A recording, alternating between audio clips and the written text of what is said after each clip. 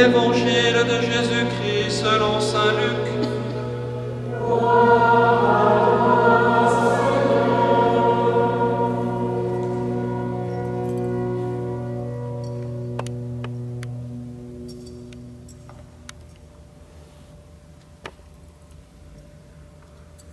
Jésus était entré chez un chef des pharisiens pour y prendre son repas.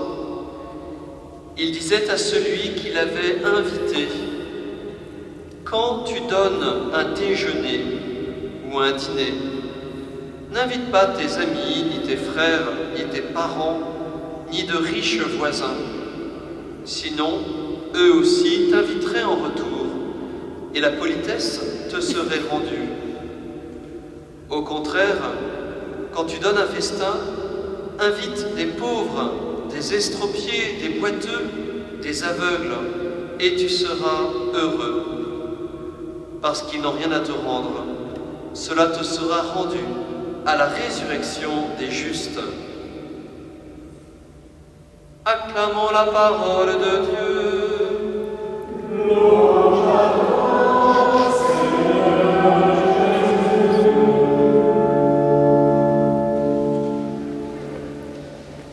Veuillez vous asseoir. Nous sommes donc rassemblés pour fêter cette fête de Saint Charles Borromée, presque 4 siècles après le vœu formulé par les magistrats de la ville de Châlons. Ce vœu donc d'être en procession à travers la ville et de célébrer cette messe en remerciement pour cette peste écartée de la ville en 1628. Au fond, qui est Saint Charles Borromée et qu'est-ce que Saint Charles nous offre comme message pour aujourd'hui? Saint Charles Borromée nous reporte à la première moitié du XVIe siècle, donc dans les années 1500 à 1550.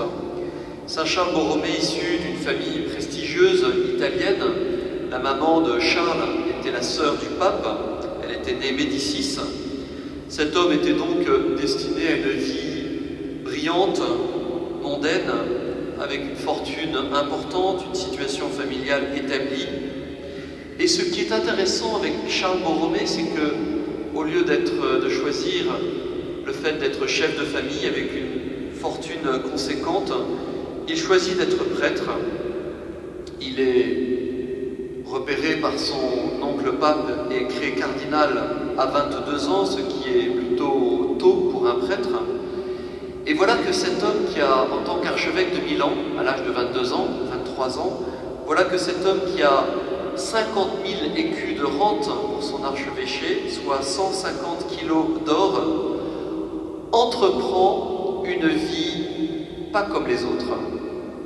À une époque où les prélats romains n'étaient pas forcément très édifiants de pauvreté, de sainteté, le voilà qui commence à se réformer lui-même. Il disait: pour changer les autres, commençons par nous réformer nous-mêmes. Au moment où le pape François nous demande de ne pas être des chrétiens de pâtisserie, de ne pas être dans la mondanité spirituelle, mais dans l'intensité de l'Évangile, voilà un homme qui nous appelle à ce chemin de la mondanité à l'intériorité, de l'extérieur à l'intérieur.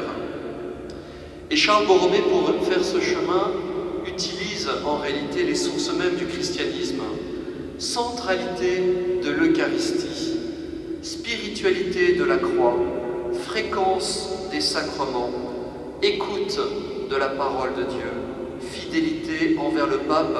Tels sont les moyens qu'il utilise pour se réformer. Je cite le discours de Benoît XVI, fait lorsque nous avons célébré le 400e anniversaire de sa canonisation à Milan en 2010. une vie spirituelle authentique. Charles Borromée aussi, c'est un homme qui a eu un rôle majeur dans le Concile de Trente. Un moment de grande confusion dans la foi catholique, cette foi qui avait été très secouée par les remises en cause de Luther, de Calvin. Voilà un homme qui va entrer dans le Concile de Trente et aider l'Église à reprendre pied, à se remettre en contact avec ses sources, l'Évangile, la tradition. On lui doit notamment la rédaction d'un premier catéchisme de l'Église catholique. C'est intéressant cette année de la foi, vous voyez, de se souvenir de nos grands aînés qui nous ont aidés à revenir sans cesse à l'Évangile. Enfin, et cela nous intéresse au plus haut point pour nous qui sommes chalonnais, Charles Borromée n'est pas tellement un prince de l'Église, mais comme l'a qualifié Benoît XVI, un père des pauvres. Saint Charles fut un véritable père des pauvres. Il fonda des institutions d'assistance. Durant la peste de 1576, il resta à Milan, en plein Milan, parmi son peuple, pour être serviteur, pour le défendre. Un homme de charité qui est allé lui-même soigner sans compter.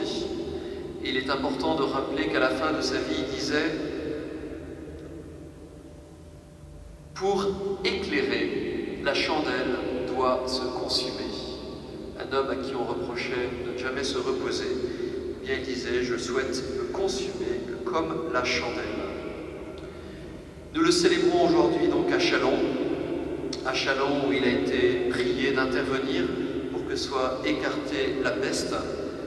Il reste dans cette cathédrale Saint-Vincent qui est la cathédrale de tous les Chalonnais, cette cathédrale qui est populaire, nous l'avons vu récemment avec la messe de la Polée, cette cathédrale qui est un lieu de rassemblement aussi au-delà de notre foi et de nos valeurs.